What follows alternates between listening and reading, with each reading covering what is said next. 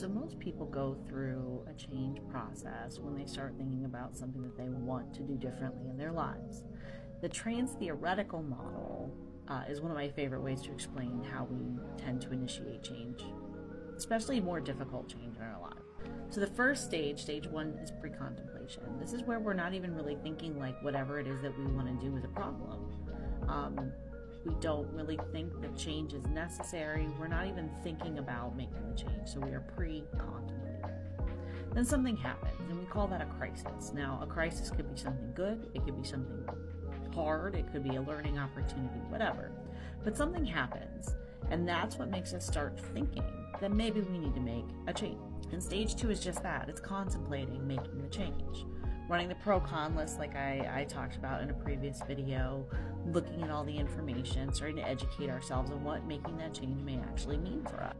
Once we decide that we absolutely want to make the change, then we start moving into our preparation stage. We're just building a plan. That's all we're doing. We're just planning on what that change could look like for us.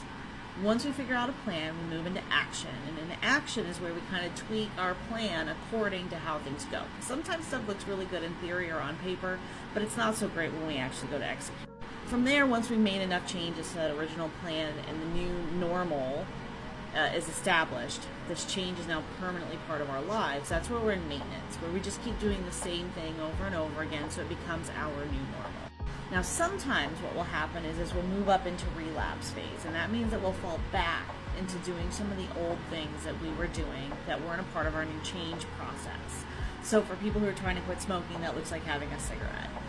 For folks that are multi-level marketing, that might look like joining a new company or buying products again.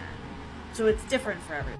And you can move in and out of the stages of change at any point in time. You might relapse after you start building a plan because, it's just too hard for me, or I'm completely dependent upon my income from this company, so I'm not ready yet. So I'm going to continue to engage in participation in multi-level marketing until I have a better exit strategy that's right for me and my family.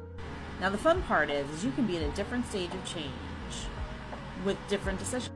So you might want to stop being a rep for a company, but you still like using your product. Or you may be okay with no longer recruiting and just being in it for the discount.